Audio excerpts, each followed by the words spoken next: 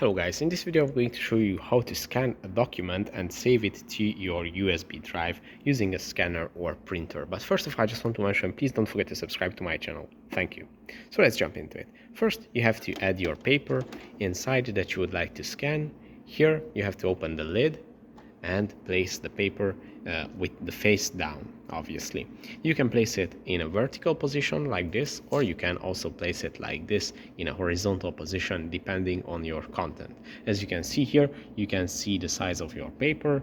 It is an A4 paper, and you have to fit it right into the corner to scan it properly.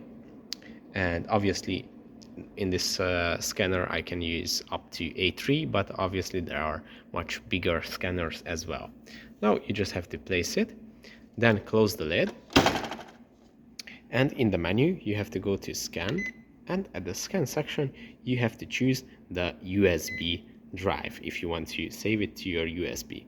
Now if you have added your USB into the machine, then which you can do here on the side on this one. Here you have to choose the file format that you would like your scanned document in.